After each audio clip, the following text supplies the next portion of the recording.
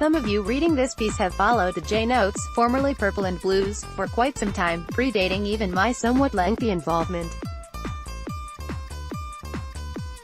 Among you, perhaps a few of you have come to enjoy my writing in particular and have made it a point to follow my articles specifically. If that applies to you, I thank you and appreciate you. Others maybe haven't paid much attention to the authors but instead have enjoyed and kept close tabs on the writing from all of us here at the J-Notes. I appreciate you guys just as much. We have a great team here and we do our best to put out the best content we can manage. And maybe some of you stumbled upon this piece by accident, or are just getting started with our site. Guess what? I still appreciate it, and hope that we can get you to become a regular.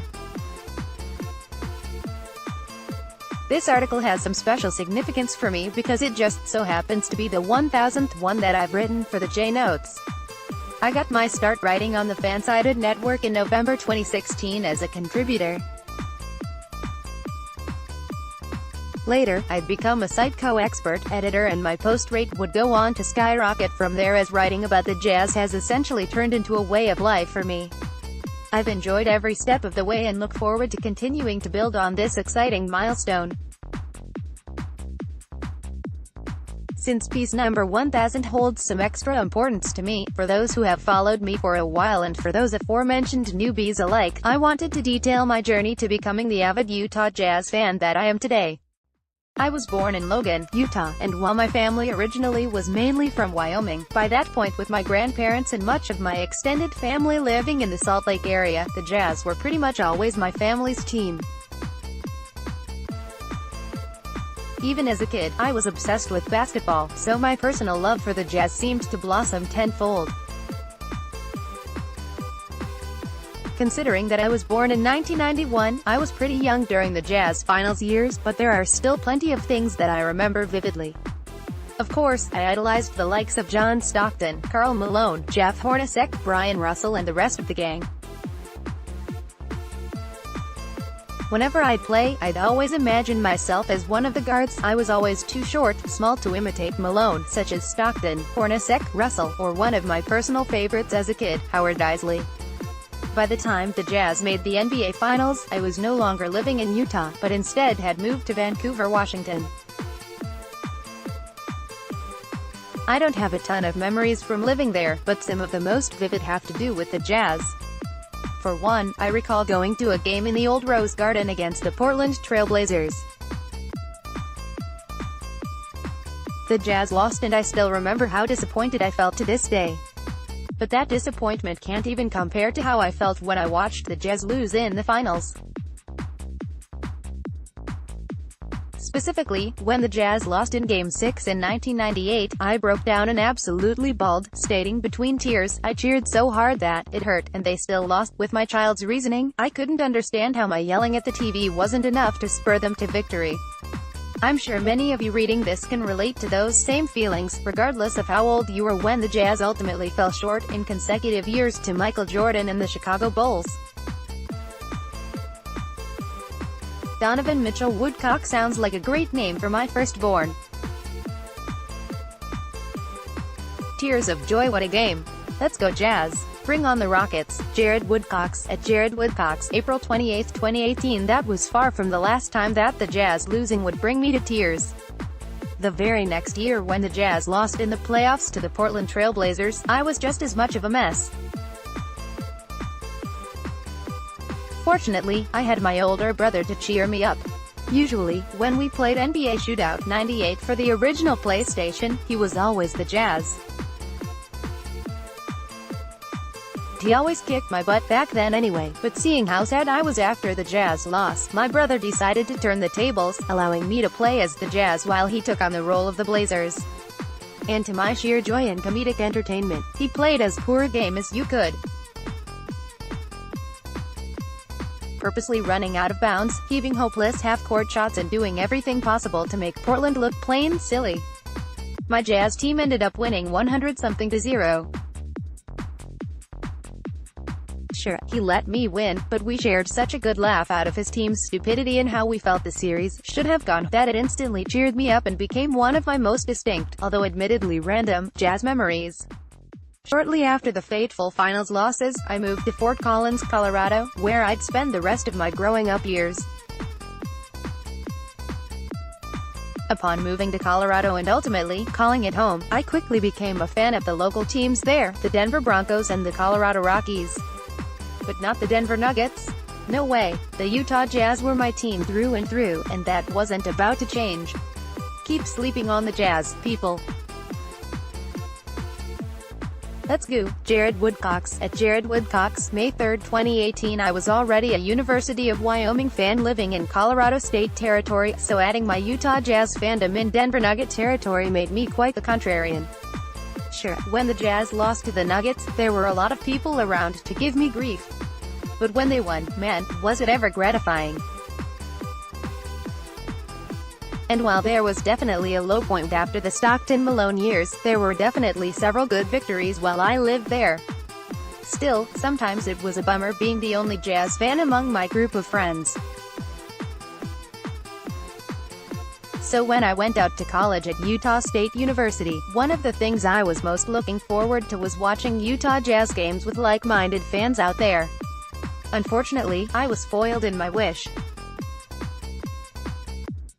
Not only did I decide to room with one of my closest friends from high school, whose NBA team was the Nuggets, but we ended up both becoming good friends with yet another Coloradoan, also a Nuggets fan. I'd moved back to Utah for the first time since I was 4 years old, and found myself surrounded by Nuggets fans yet again. Yet, while the grief for losses was still there, at least so was the sweet taste of victory. And, wouldn't you know it, who did the Jazz face in the first round of the playoffs that year? The Denver Nuggets. The 2010 NBA playoffs will always be one of the most memorable ones for me for that very reason. If you recall, it was the year that Mehmet Okur tore his Achilles in Game 1 of the series.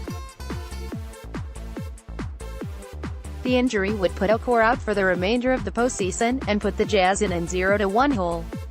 Their outlook at that point appeared bleak at best. Kirilo Fizenko became the replacement starting center for crying out loud. But, against the odds, the Jazz battled back from there and ultimately would win the series. In Utah, but surrounded by Nuggets fans once again, my Jazz prevailed. And even more special to me was the fact that the victory came thanks largely to the heroics of Deron Williams, who to this day is one of my all-time favorite Jazzmen. Good luck, Deron. Excited to see my favorite player from my HS days in the finals. Now go win a ring, then come back and help Utah get one. Yuck. https://t.co/Zenviop1ng. Jared Woodcocks. At Jared Woodcocks, May 26, 2017. As a kid, I idolized the guards of the legendary Jazz finals teams.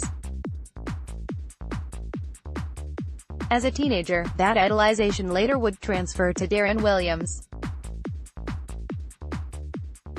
I was absolutely crazy about D-Will, and few things could get my blood boiling more than people aiming to tell me Chris Paul was the better player. Hindsight is 20/20, right? Like I'm sure many Jazz fans did, every time I played ball, I pictured myself as the Jazz star. Even now, Williams is one of my all-time favorites to ever wear a Jazz jersey, trailing only the likes of John Stockton and the others of his era. I know he's become a polarizing figure among Jazz fans, but you simply don't love a player like Williams the way I did, only to let it go. Prior to that aforementioned playoff series against the Nuggets, I had the fortune of going to a Jazz game in Salt Lake City. Since I'd been living in Washington and Colorado for so long, it had been ages since I'd been able to attend a game in person there. I went early to the game and managed to snag Deron Williams to autograph a basketball card I had of him. I still consider it one of my greatest possessions. Shortly after that awesome playoff series against the Nuggets, I went on to serve a 2-year mission for the LDS Church. Some may find it ridiculous, but not being able to watch the Jazz for 2 whole years was one of the most difficult parts for me. However, fortunately every Monday I could look forward to weekly emails from my dad with the subject line, RMSR, Rocky Mountain Sports Report, to fill me in on all my Jazz, and other team, updates. On many occasions, those notes were one of the few things that got me by. Unfortunately, those weren't exactly bright years for the Jazz. The Williams-Sloan fallout took place and the team fell apart. They made the playoffs by the skin of their teeth in the lockout year, but when I finally got back home, the Jazz team I remembered was no more. Those ensuing years were tough for me, as they were for all Jazz fans. But sticking by the team that went from the lowest of lows, particularly guys like Derek Favors that have now been through it all, and seeing where they are today has absolutely been worth it. As you probably could have guessed, I remain as obsessed with the Jazz to this day as I have been every step of the way throughout my life. Perhaps more so than ever, as keeping up with the team and sharing my thoughts on them has become my absolute passion. 1,000 articles, and counting, worth of passion, in fact. My wife tends to joke with me that basketball and particularly the Utah Jazz are my second wife. I typically argue, keeping up with everything Utah Jazz is my favorite pastime and my favorite thing to do in my free time.